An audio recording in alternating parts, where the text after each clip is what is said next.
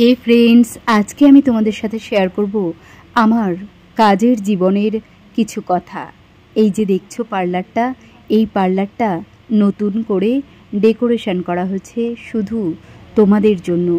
আমার জীবনের অনেক কথাই আজকে আমি তোমাদের সাথে শেয়ার করব। আমার জীবনে যখন আমি প্রথম পার্লারের কাজটা শিখতে গেছিলাম, তখন অনেকেই অনেক কথা বলেছে। ওই তো সেলুনের কাজ, চুল কাটার কাজ, নাপিতের কাজ, নানান রকমভাবে তাচ্ছিল্য করেছিল আমাকে, কিন্তু আমি হাল ছেড়ে দিইনি, চেষ্টা করে গেছি। আজ যতটুকু করেছি বা যা করেছি সবটুকুই মানুষের ভালোবাসা ও ধৈর্যের কারণে।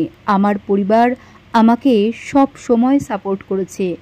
একজন মানুষের কথা না বললেই নয়, সে হচ্ছে আমার শাশুড়ি মা ও আমার বাবা, যাদের আদর্শে আমি এগিয়ে যাওয়ার আরও অনেক বেশি আগ্রহ, ইচ্ছা, ধৈর্য, মনোবল সবটাই পাই। আমার যে কাস্টমাররা ভালোবেসে সেই শুরু থেকে এখনও আমার সাথে আছে, তাদের জন্য জানাবো অনেক ভালোবাসা, অনেক ধন্যবাদ। তারা আমার জীবনে প্রথম যখন আমার পার্লারে আসতো, তখন পার্লারের পর্দা লাগানোর মতো পরিস্থিতিও আমার ছিল না। বালি পায়ে হেঁটে তারপরে আমার পার্লারে আসতো, সামনে একটা সিঁড়ি করার মতো পরিস্থিতি ছিল না। আমি ভাড়া ঘরে প্রথম কাজ শুরু করি। প্রথম মাসের ইনকাম ছিল আমার 400 টাকা। এই কাজ করতে এসে অনেক কথা শুনেছি, অনেক। পার্লারের কাজ, সেলুনের কাজ, নাপিতের কাজ, এইসব করে কি হবে, নানান রকম কথা আমি শুনেছি। এখন আমার অনেক স্টুডেন্ট।